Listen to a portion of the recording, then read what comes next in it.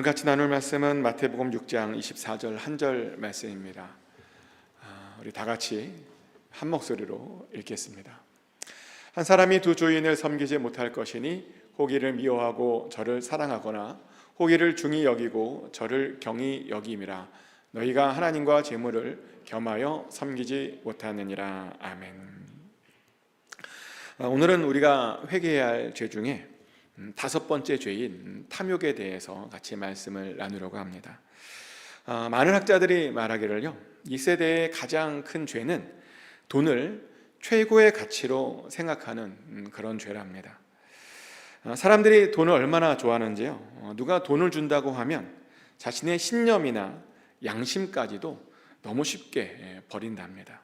그리고 실제로 요즘 그런 현상들이요, 투표 현장에서 많이 벌어지고 있답니다. 투표할 때 어떤 정치인이 더 정의롭고 올바른가, 이걸 판단하지 않고요, 그 정치인이 나를 과연 얼마나 부자로 만들어 줄 것인가, 이걸 가지고 정치인을 판단한답니다. 인류의 보편적 질서와 정의를 생각하기보다 나로 하여금 어떻게든 돈을 더 많이 벌어줄 것 같은 사람이 보이면 그 사람에게 투표를 한답니다.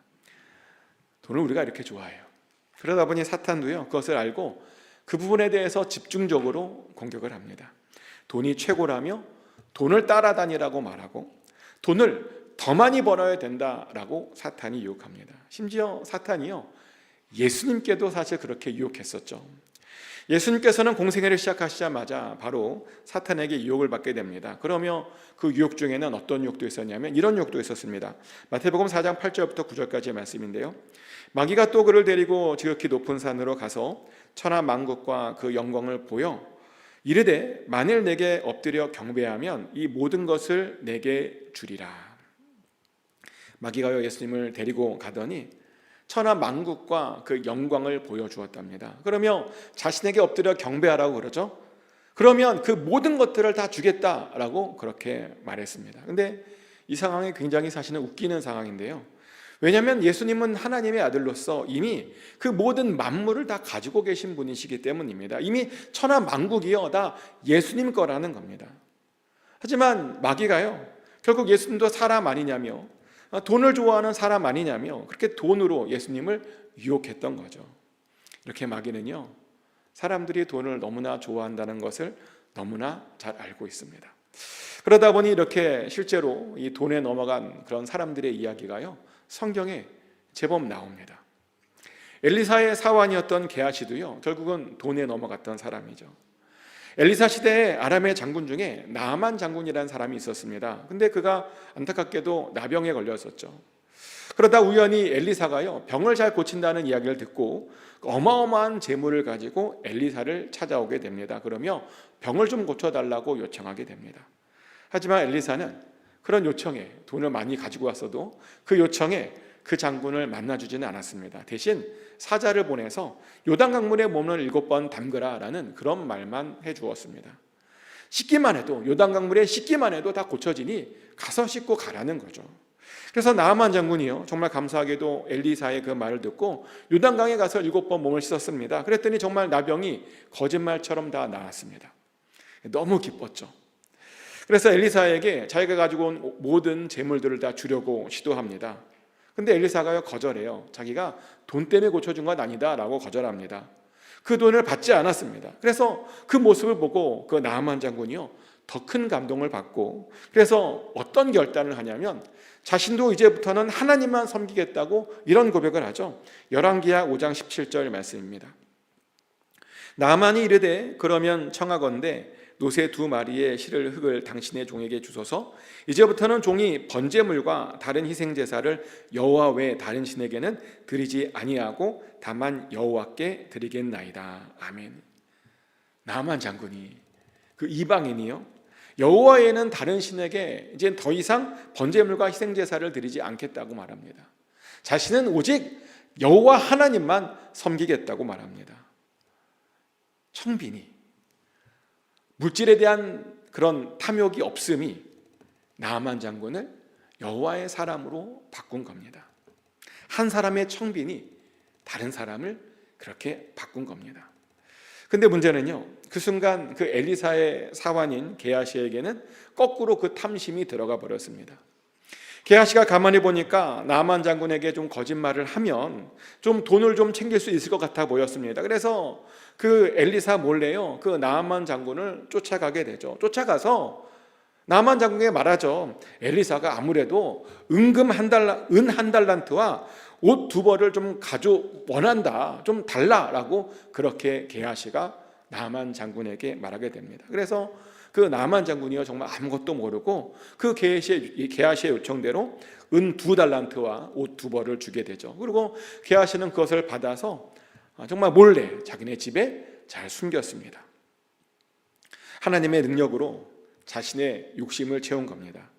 하나님께서 가장 싫어하시는 그런 악을 저지른 겁니다. 그러다 보니까 하나님께서 그것을 가만히 있을 리가 없으시죠.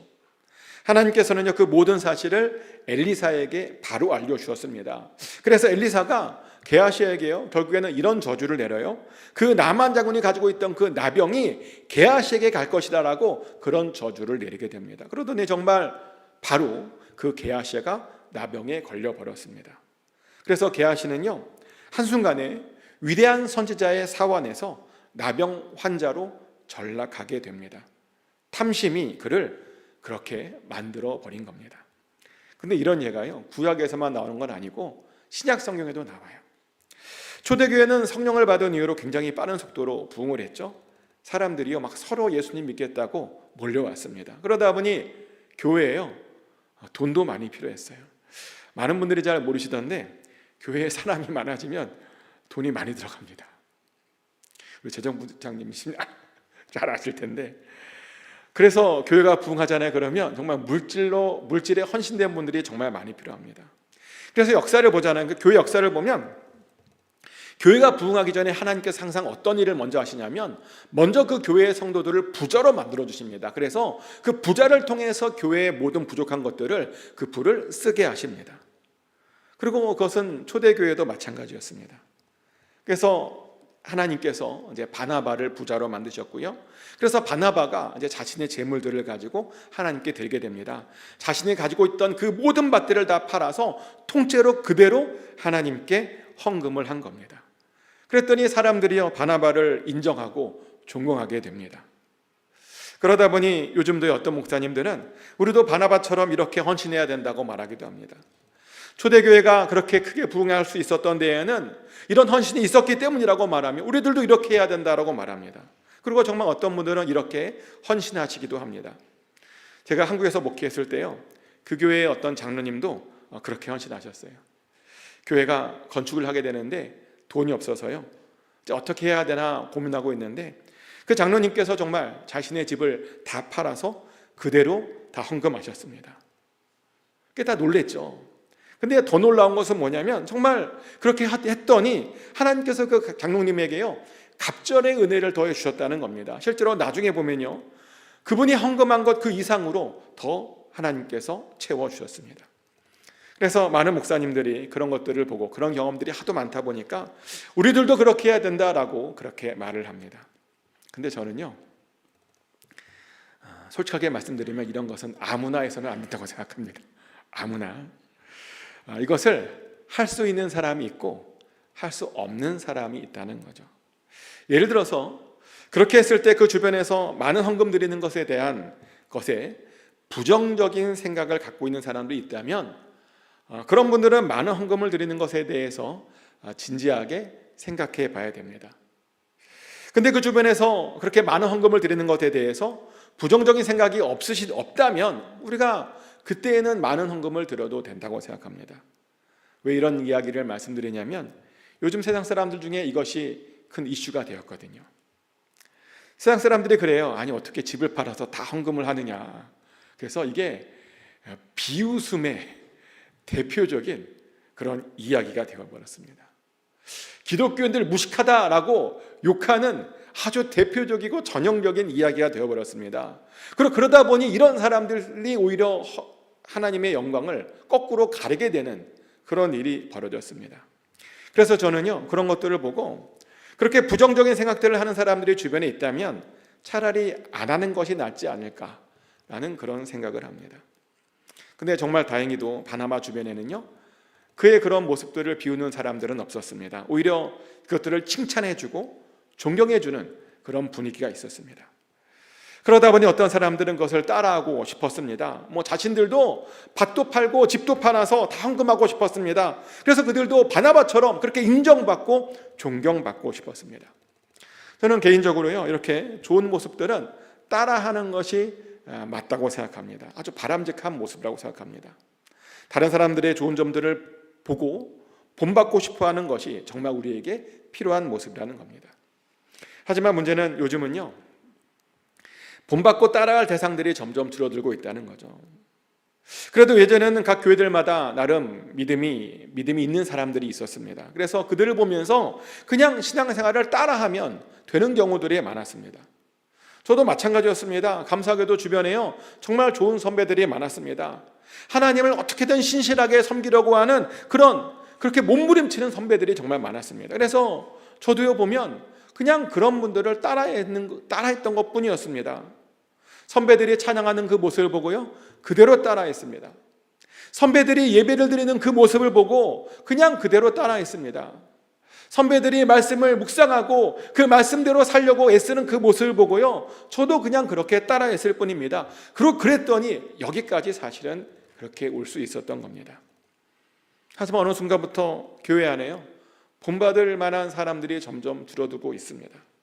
그러다 보니 어떤 현상이 벌어지냐면, 사람들이 그냥 자기 소견에 오른 대로 신앙생활을 하는 사람들이 정말 더욱더 많아지고 있습니다. 정말 안타까운 상황입니다. 그리고 바로 그것 때문에 사실은 저는요, 다음 세대에게 너무나 미안하고 너무나 죄송합니다. 하지만 늦지 않았습니다. 지금이라도 우리가 본을 보여주면 됩니다. 하나님은 이렇게 섬기는 거야 라고 그렇게 말로만 하지 말고 행동으로 보여주면 됩니다. 그러면 그것을 보고 우리들을 따라하는 사람들이 있을 겁니다. 우리들을 보고 정말 본받고 싶어하는 사람들이 있을 겁니다. 근데 바나바를 보고도 그렇게 따라하고 싶은 사람들이 있었습니다. 그리고 그 중에는 아나니아와 삽비라 부부도 있었습니다. 사람들이요, 막 바나바를 존경하니까 그들도 바나바처럼 되고 싶었습니다. 그래서 그들도 소유를 팔았습니다. 근데 문제는요, 팔기 전에는 생각이 없었는데 딱 팔고 났더니 돈을 딱 보니까 이 돈에요, 욕심이 생기는 거죠. 그래서 그 값에서 얼마를 감추고 일부만 드렸습니다. 사실 1부만 드려도 됩니다. 그럴 수 있죠. 근데 문제는 그렇게 일부만 드려놓고 사람들에게는요, 바나바처럼 자기네들도 다 드렸다라고 그렇게 거짓말을 했다는 겁니다. 그래서 베드로가요, 아나니아에게 이렇게 경고를 해요. 사도행전 5장 3절부터 4절까지의 말씀입니다. 베드로가 이르되, 아나니아야, 어찌하여 사단이 내 마음에 가득하여 내가 성령을 속이고 땅값 얼마를 감추었느냐? 땅이 그대로 있을 때에는 내 땅이 아니며 판 후에도 내 마음대로 할 수가 없더냐? 어찌하여 이 일을 내 마음에 두었느냐? 사람에게 거짓말한 것이 아니요 하나님께로다. 사탄이 그 안에 들어가서 탐심이 생겼대요. 그리고 그 탐심이 성령을 속였답니다. 그리고 그러다 보니 하나님께 지금 거짓말을 하고 있다는 겁니다. 그리고 그 결과 이 아나니아는요, 바로 그 자리에서 죽어버리게 되죠. 그리고 그 삽비라도 연달아 바로 죽어버리게 됩니다. 성령을 속이려고 했다가요, 그렇게 심판받은 겁니다. 그런데 이 죽음에 대해서 어떤 사람들은 이런 질문을 하더라고요. 이 아나니아와 삽비라가 그래도 구원받지 않았을까? 아니면 못 받았을까? 이런 질문을 합니다. 왜 그런 질문이 나오냐면, 사실 이들도요, 예수님을 믿고 있었던 거였거든요. 전 모르겠어요. 이들이 아마 오순절 다락방에도 있었을 수도 있을 거라고 생각해요. 하지만 대부분의 학자들이 뭐라고 말하냐면, 그들은 구원받지 못했을 것이라고 말합니다. 그 근거가 뭐냐면요, 그들은 성령을 속이고 하나님을 속이려고 했기 때문입니다. 그리고 그렇게 했던 이유가 뭐냐면, 하나님보다 돈을 더 좋아했기 때문입니다. 근데 보면요, 탐심이 생기잖아요. 그러면 하나님을 속이고 싶어 합니다. 탐심이 생기면 성령님도 속이고 싶어 합니다. 그리고 결국에는 돈을 쫓아가게 됩니다. 그래서 우리로 하여금 구원에서 탈락시키게 합니다. 때문에 성경이 우리들에게 이렇게 경고했던 겁니다. 디모데전서 6장 1절 말씀입니다. 돈을 사랑함이 일만 악의 뿌리가 되나니 이것을 탐내는 자들은 미혹을 받아 믿음에서 떠나 많은 근심으로써 자기를 찔렀도다. 아멘. 돈을 사랑함이 일만 악의 뿌리랍니다. 돈을 탐내는 자들은 반드시 미혹을 받아 믿음에서 떠나게 된답니다. 돈을 탐하면요 많은 근심도 생긴대요. 그리고 그 근심이 결국에는 자기를 찌르게 된답니다. 맞습니다. 돈을 탐하면 결국 그 돈이 우리를 찔러서 하나님보다 돈을 더 의지하게 만듭니다. 돈을 사랑하면 하나님을 잊어버리게 만듭니다. 하나님을 떠나게 만듭니다. 실제로 예수님의 비유 중에 이런 비유가 있습니다. 어떤 한 부자가요 큰 소출을 거뒀어요. 하나님께 은혜를 받은 거죠. 얼마나 많은 농사가 잘 되었든지 추수한 곡식들이 정말 쌓아둘 곳이 없을 정도로 잘 돼서 아주 큰 돈을 벌었습니다. 그래서 이 사람이 이제 기존에 있던 곳간으로 이게 커버가 안 되니까 더 큰 곳간이 필요해서 더 큰 곳간을 지어서 앞으로 이렇게 살겠다라고 자랑을 하죠. 누가복음 12장 19절 말씀인데요. 또 내가 내 영혼에게 이르되 영혼아 여러 해 쓸 물건을 많이 쌓아 두었으니 평안히 쉬고 먹고 마시고 즐거워하자 하리라 하되. 이 사람이 큰 부자가 되고 나서 자기 영혼에게 하는 말이 여러 해 동안 쓸 물건이 있으니 이제는 좀 평안히 쉬자라고 말합니다. 이제는 평안히 먹고 마시고 즐거워하자라고 말합니다. 많은 사람들이 꿈꾸는 그런 삶을 살겠다는 거죠. 근데 문제는 하나님께서 이 사람의 이 고백을 별로 마음에 들어 하지 않으셨다는 거죠. 그래서 하나님께서 이 사람에게 이런 이야기를 합니다. 누가복음 12장 20절 말씀인데요. 하나님이 이르시되 어리석은 자여 오늘 밤에 내 영혼을 도로 찾으리니 그러면 내 준비한 것이 누구의 것이 되겠느냐 하셨으니. 하나님께서 이 사람에게 하는 말씀이 참 어리석은 자라고 말합니다. 왜냐하면 왜 어리석었냐면 이 사람은 오늘 밤에 죽을 것이기 때문이죠. 어떤 이는 이 비유를 보고 이런 질문을 합니다. 아니 하나님께서 너무하신 것 아니냐고. 아니 평안히 쉬고 평안히 먹고 마시고 즐거워하는 것이 이 정도로 큰 죄냐고. 왜 그렇게 다 이제 뭔가 모았는데 왜 갑자기 이 사람을 죽이는 거냐고. 이게 과연 맞는 거냐고 그렇게 물어봅니다. 그런데요, 왜 하나님께서 이 사람의 그 말과 대답을 별로 좋지 않게 생각하셨는지 아십니까? 왜 이 사람을 죽였는지 아십니까? 왜냐하면요, 이 사람이 누리려고 했던 그 쉼과 그 즐거움의 방법이 사실은 틀렸기 때문입니다. 이 사람이 누리려고 했던 그 쉼과 즐거움, 그것을 다시 한번 생각해 보십시오. 그 쉼과 즐거움 안에 하나님이 있었습니까? 이 부자의 어떤 고백 안에도 하나님이 없었습니다. 돈이 너무 많다 보니까 돈만 하다 보니까 하나님을 잃어버린 겁니다. 그래서 하나님께서 그렇게 죽이신 겁니다. 그래서 우리들은요, 이 비유를 통해서 반드시 이것을 깨달아야 됩니다. 쉴 때 쉬더라도 우리가 반드시 하나님을 기억해야 된다고. 놀 땐 놀더라도 하나님과 함께 놀아야 된다고. 그리고 죽으면요, 우리를 위해서 쌓아놓는 것 아무 소용이 없어요. 우리가 죽으면 우리가 평생 쓰려고 남겨두었던 것, 그것 아무 소용이 없습니다. 실제로요, 돌아가신 분들의 이렇게 집을 정리해 보잖아요. 그러면 정말 신기하게도 아끼고 아끼다가 결국에는 쓰지 못한 그런 물건들이 제법 많이 나와요. 참 신기하죠. 나중에 쓰려고 했대요. 그런데요, 정말 쌓아놓을 필요가 없어요. 죄송하지만 우리는 언제 어떻게 죽을지 아무도 모릅니다. 지금은 건강하니까 괜찮다고요? 지금은 건강에 아무런 문제가 없을 것 같죠. 혹시라도 그렇게 생각하시는 분들이 계시다면 몸이 아프신 분들에게 어떻게 그렇게 아프게 되었는지 한번 물어보시기 바랍니다. 질병에 걸리신 분들이 모두 똑같이 하는 이야기가 있습니다. 질병이요, 서서히 찾아오지 않았다고 말합니다. 갑자기 하루아침에 찾아왔다고 말합니다. 어느 날 좀 소화가 안 돼서 병원에 갔더니요, 암이라고 그랬다는 거예요. 어느 날 좀 몸이 불편해서 가보았더니 큰 병에 걸렸다는 거죠. 감기인 줄 알았더니 그 감기가 감기가 아니라 심각한 병에 걸렸던 거였답니다. 그래서 하루아침에 중환자가 되는 사람들이요, 정말 우리 주변에 많습니다. 보니까 질병은요, 천천히 오지 않아요. 하루아침에 갑자기 느닷없이 옵니다. 때문에 우리는 정말 당장의 내일의 건강도 장담하지 못하는 것이 우리들입니다.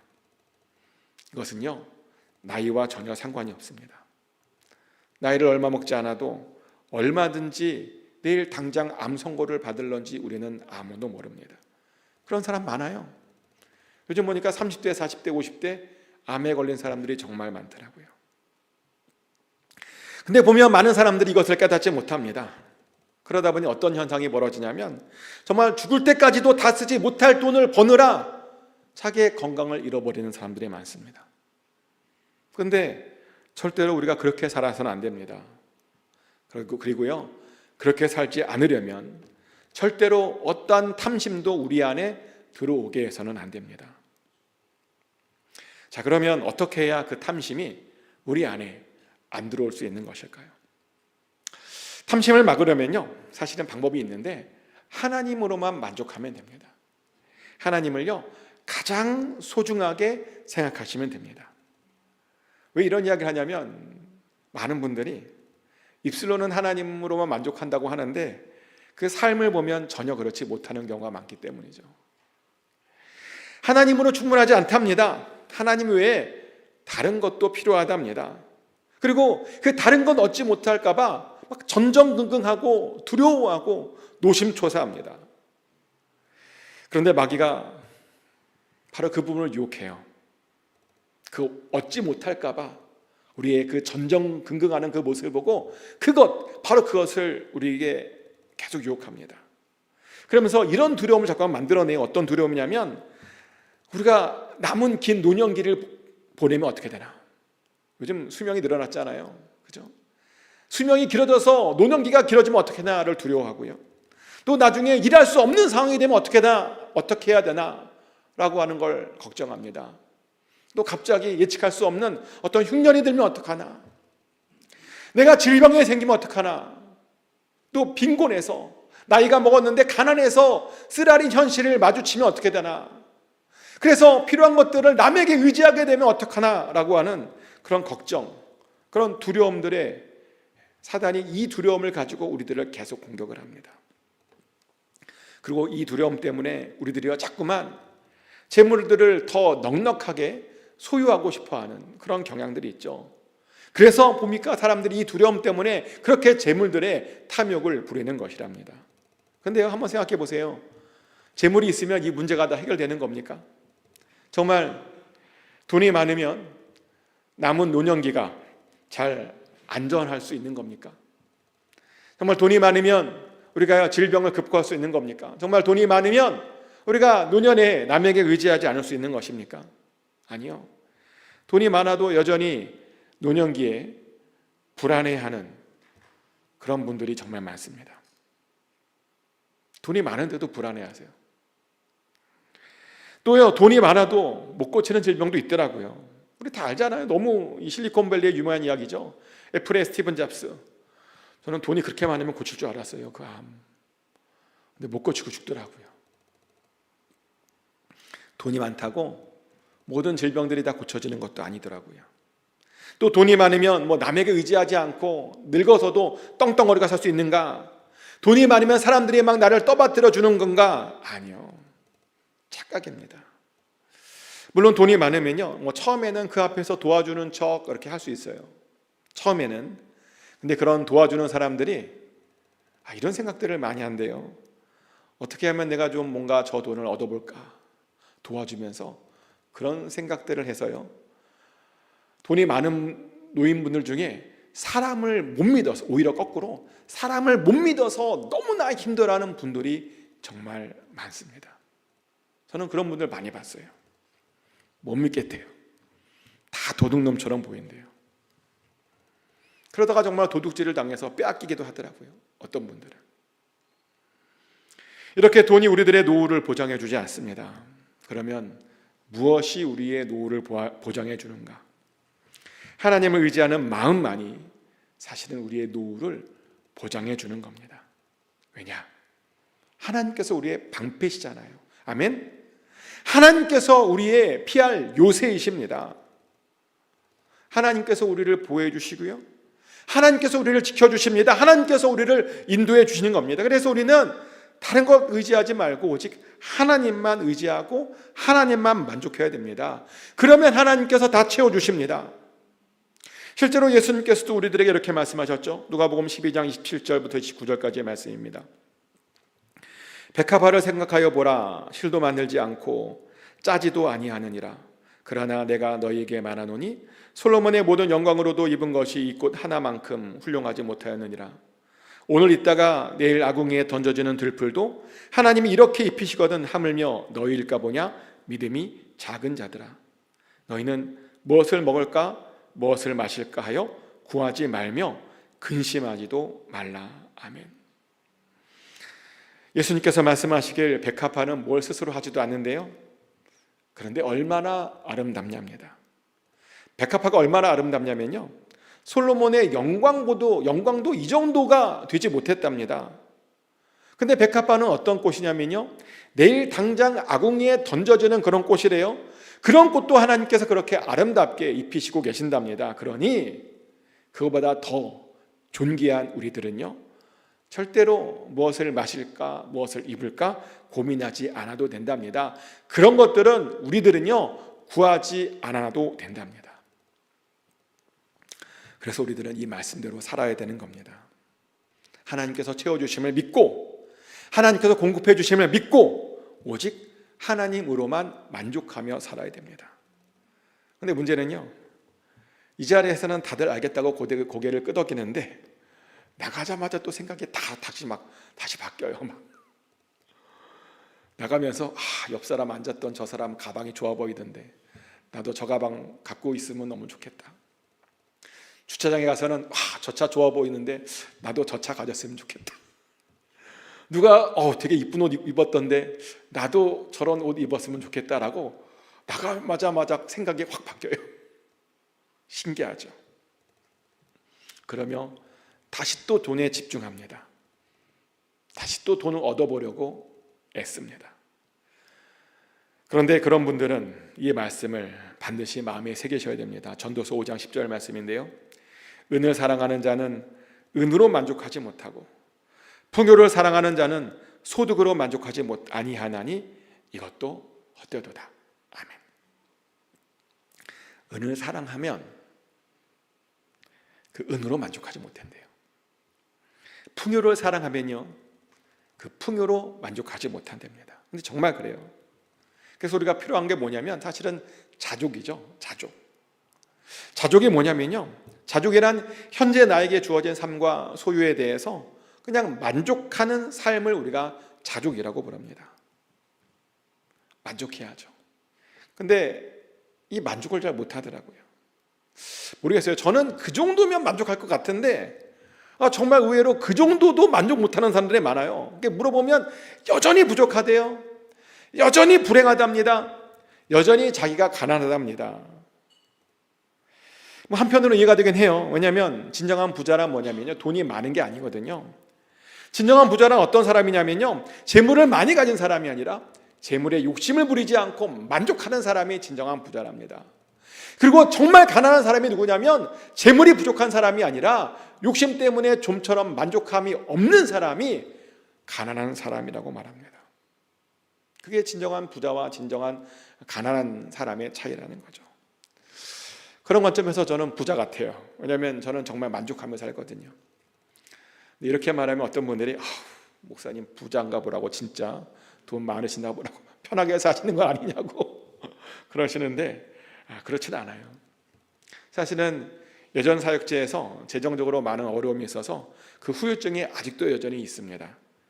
그리고 물가가 되게 많이 올랐잖아요. 그래서 정말요, 이렇게 월급날 딱 전날이 되면 통장에 잔고가 딱 제로가 돼요. 정말 거짓말처럼 딱 제로가 돼요. 하지만 그럼에도 불구하고 만족하며 삽니다. 왜 그러냐? 피곤하면 누울 침대가 있어서 만족하고요, 또 기도할 수 있는 교회당이 있잖아요. 또 교회에서 차도 줬고요. 또 몸이 건강합니다. 정말 감사하게도 아프질 않아요. 감기를 정말 와서 한 번 정도밖에 안 걸렸어요. 게다가 먹는 약도 없습니다. 이렇게 좀 안 건강하게 보이지만 감사하게도 정기적으로 먹는 약이 하나도 없어요. 그리고 사랑하는 가족들이 있어서 너무 좋습니다. 만족합니다. 여러분들도 한번 생각해 보십시오. 얼마나 감사한 것들이 많습니까? 가지지 못한 것이 아닌 현재 내가 누리고 있는 것들을 생각하면 정말 감사한 것들이 너무나 많습니다. 게다가 우리들은요, 우리가 가지고 있는 것들을 또 다른 사람들과 나눌 수 있어서 정말 감사합니다. 누가 그러더라고요. 내가 가지고 있는 것들을요, 다른 이들과 나누면 그 감사가 배가 된다고. 그러면 하는 말이 탐심의 반대말이요, 무소유가 아니라 나눔이래요. 탐심의 반대말은 가지지 않음, 욕심이 없는 게 아니라요, 나눔이 반대말입니다. 실제로 누군가 나누잖아요. 그러면 놀랍게도 탐심이 사라집니다. 심지어 우리가 다른 사람들과 얼마나 많이 나누냐에 따라서 우리가 얼마나 탐심으로부터 자유로운지를 측정할 수 있다라고 말하기도 합니다. 그래서인지 다른 사람들과 나누기를 이렇게 좋아하는 사람들을 보면요, 확실히 삶에 대한 만족도가 굉장히 큰 것을 봅니다. 반면에요, 나누지 못하는 사람들을 보면요, 언제나 불만이 가득해요. 여러분 주변에 이렇게 불만이 가득한 사람도 있을 거예요. 그죠? 맨날 불만에 차서. 근데 그분들 이렇게 보잖아요. 그러면 굉장히 인색합니다. 사람들에게, 주변 사람들에게 베풀려고 하지 않는 그런 인색함이 그런 사람들에게 있다는 겁니다. 근데 그러면요, 그렇게 인색하면 이 탐욕에서 빠져나올 수가 없습니다. 그래서 탐욕에서 나오기 위해서라도 우리는 나누어야 됩니다. 그것은 예수님께서도 강조하신 겁니다. 어떤 부자 청년이 예수님께 찾아와서 물어보죠. 자기가 무슨 일을 해야 영생을 얻겠냐라고 물어봅니다. 그 질문에 예수님께서 십계명을 지키라고 말합니다. 그랬더니 그 청년이 자신은 십계명을 지킨다고 말합니다.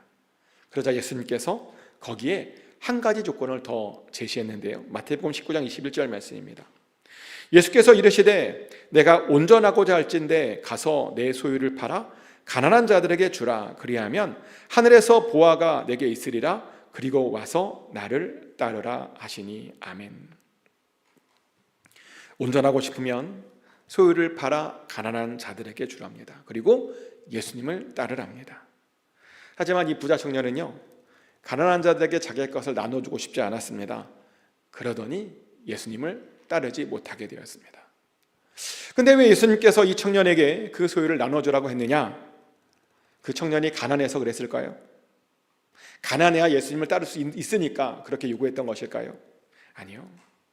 예수님께서 그 청년에게 그렇게 말씀하셨던 이유는 뭐냐면, 그러면서 그 청년 안에 있는 그 탐심, 예수님 눈에 보이는 그 탐심이 사실은 사라지길 원했기 때문입니다. 탐심이 있잖아요. 그러면 가룟 유다처럼 또 한 번 예수님을 배반할 수 있기 때문에 그렇게 탐심이 없어지라고 그런 요구를 하셨던 겁니다. 네, 맞습니다. 탐심이 없어지려면 다른 일과 나눠야 됩니다. 다른 일과 나누지 못하면 예수님을 따를 수 없습니다. 그러니 여러분의 손에 있는 것 붙들고 사지 마십시오. 여유가 있다면 나눠줘야 됩니다. 그리고 사실은 여유가 없더라도 나눌 수 있으면 좋습니다. 왜냐하면 그래야 우리 안에 있는 그 탐심이 없어지는 것이기 때문입니다.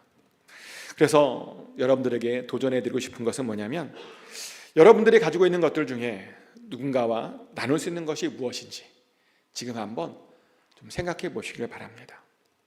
그리고 생각하시고 나눠보시길 바랍니다. 그러면 있던 그 탐심 없어질 줄 믿습니다. 이제 말씀을 정리합니다.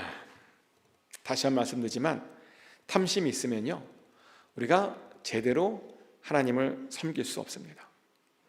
그리고 탐심은 우리로 하여금 하나님을 떠나게 할 수도 있습니다. 그래서 우리는 반드시 우리 안에 있는 이 탐심을 제거해야 됩니다. 그리고 그러기 위해서 하나님으로만 만족하십시오. 그리고 감사하셔야 됩니다. 그리고 누군가가 나누셔야 됩니다. 그럴 때 여러분 속에 오직 하나님만 남을 수 있습니다. 축복하는 것은 꼭 그 탐심들을 없애버리심으로 이 땅이 아니라 하늘에 많이 쌓아두셔서 꼭 예수님께 칭찬받는 저와 여러분 되시기를 예수 그리스도 이름으로 축복합니다.